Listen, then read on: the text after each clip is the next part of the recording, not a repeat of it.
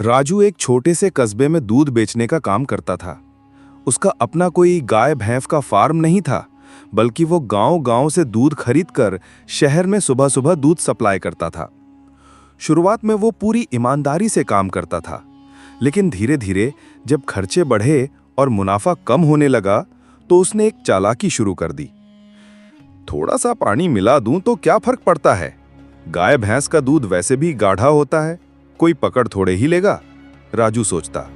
धीरे धीरे वो आधे आधे लीटर में 200 ml तक पानी मिलाने लगा। दूध बेचने वाले राजू के ग्राहक उसकी तारीफ भी करने लगे। राजू भाई, तुम्हारे यहाँ का दूध तो बड़ा गाढ़ा लगता है, अच्छा रहता है चाय में। सही कहते हो भैया, तुम्हारा दूध बढ़िया है और 40 रुपए लीटर में दे रहे हो, जबकि दूसरे 45 लेते हैं। राजू मुस्कुरा देता, भैया जी, मेहनत करता हूं तभी तो सस्ता दे पाता हूं। एक दिन इसी कस्बे में एक आदमी आया जिसका नाम था दीपक। दीपक असल में गांव का ही रहने वाला था, लेकिन कई सालों से शहर में काम करता था। अब वो गांव लौट आया था और अपने घर पर एक छोटा सा डेयरी खोलने की सोच रहा था। दीपक ने सबसे पहले बाजार में घूमकर देखा कि दूध कौन कौन बेच रहा है। उसे राजू की दुकान दिखी, जहां ग्राहकों की भीड़ लगी थी। वो भी 1 लीटर दूध लेकर चला गया। घर जाकर दीपक ने दूध को उबालने रखा, लेकिन जैसे ही दूध गर्म हुआ, उस पर झाग उठने लगी और बहुत जल्दी वो पतीले से बाहर गिरने को हुआ। ये दूध तो कुछ अजीब है, इतना पतला क्यों लग रहा है? दीपक सोच में पड़ गया। दूसरे दिन वो फिर राजू के पास गया, लेकिन इस बार वो बिना कुछ कहे एक किनारे खड़ा होकर राजू को दूध बेचते देखता रहा।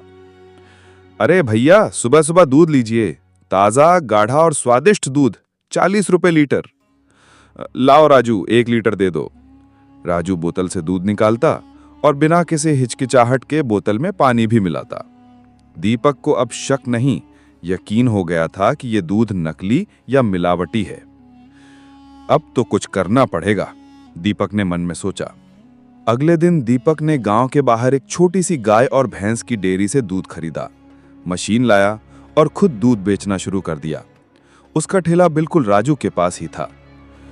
ताजा गाय भैंस का दूध, बिना मिलावट, एक बार जरूर चखें।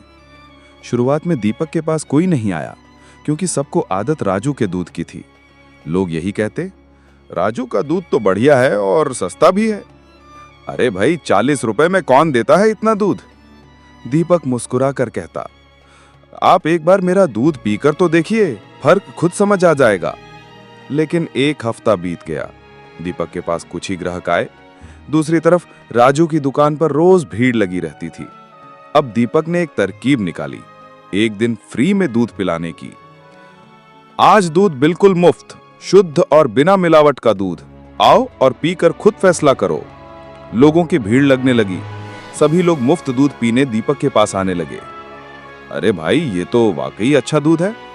हाँ, गाढ़ा भी है और झाग भी असली जैसा आ रहा है, लेकिन राजू के दूध जैसा मीठा नहीं लग रहा। भाई, शुद्ध दूध में मिठास दूध की होती है, चीनी की नहीं। लोग समझ नहीं पा रहे थे, लेकिन फिर भी मुफ्त का माल कौन छोड़ता है। सभी दूध पीकर चले गए।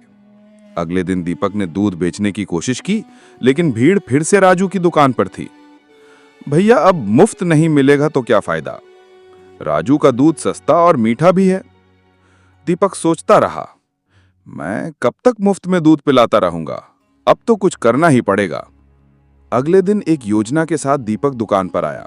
उसने दूध के साथ एक बोर्ड रखा, यहां दूध में क्या मिलाया जाता है, जानना चाहते हैं तो आज आइए 10 बजे।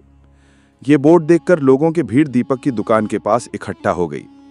ठीक 10 बजे दीपक ने सबके सामने राजू को बुलाया और कहा, भैया, आप हमारे बीच सबसे बड़े दूध विक्रेता हो। लोगों को अगर कोई शक है कि आपका दूध शुद्ध है या नहीं, तो क्या आप सबके सामने 1 लीटर दूध निकाल कर दिखा सकते हैं? राजू को पसीना छूट गया। क्या मतलब है तुम्हारा? मेरे दूध पर कोई शक नहीं है, तो फिर डर क्यों रहे हो? सबके सामने दूध निकाल कर दिखा दो। भीड़ भी समर्थन में आ गई। हाँ हाँ, दिखाओ दूध, अगर कुछ नहीं मिलाते तो क्या डर? राजू ने मजबूरी में बोतल से दूध निकालना शुरू किया। दीपक ने उसी वक्त बोतल को उठाया और पास के लैब टेस्ट किट से दूध की जांच की। देखिए सभी लोग, इस दूध में 35% पानी मिला हुआ है। लोग भड़क उठे। क्या तू हमें पानी मिलाकर दूध पिला रहा था? इसलिए दूध इतना सस्ता था। और जो बच्चों को यह दूध पीने को देते हैं उनका क्या? राजू चुपचाप खड़ा रहा। लोगों ने वहीं हंगामा मचा दिया। कुछ लोगों ने राजू का ठेला उलट दिया, कुछ ने गुस्से में उसके सारे दूध के डिब्बे गिरा दिए। राजू सिर झुकाकर खड़ा रह गया। दीपक ने लोगों को शांत किया। भाइयों, मारपीट करने से कुछ नहीं होगा, लेकिन सबक जरूरी है। अब से आप सब सोच समझकर दूध खरीदिए। और हाँ, मैं आप सभी को शुद्ध दूध दूंगा। थोड़ा महंगा जरूर होगा, लेकिन आपकी सेहत से बढ़कर नहीं। राजू को अपनी गलती का एहसास होता है। मैंने लालच में आकर लोगों के साथ गलत किया। अब मैं कभी दूध में पानी नहीं मिलाऊंगा। अब राजू दोबारा काम शुरू करता है, लेकिन इस बार गांव के एक डेयरी से असली दूध लेकर। धीरे धीरे वो भी ईमानदारी से कमाने लगता है। सीख: लालच में किया गया छोटा धोखा भी एक दिन सबके सामने आ ही जाता है। इसलिए सच्चाई और मेहनत का रास्ता ही सबसे सही होता है। हमारे चैनल को सब्सक्राइब जरूर करें ताकि ऐसी ही प्रेरणादायक कहानियां आप तक लगातार पहुंचती रहें।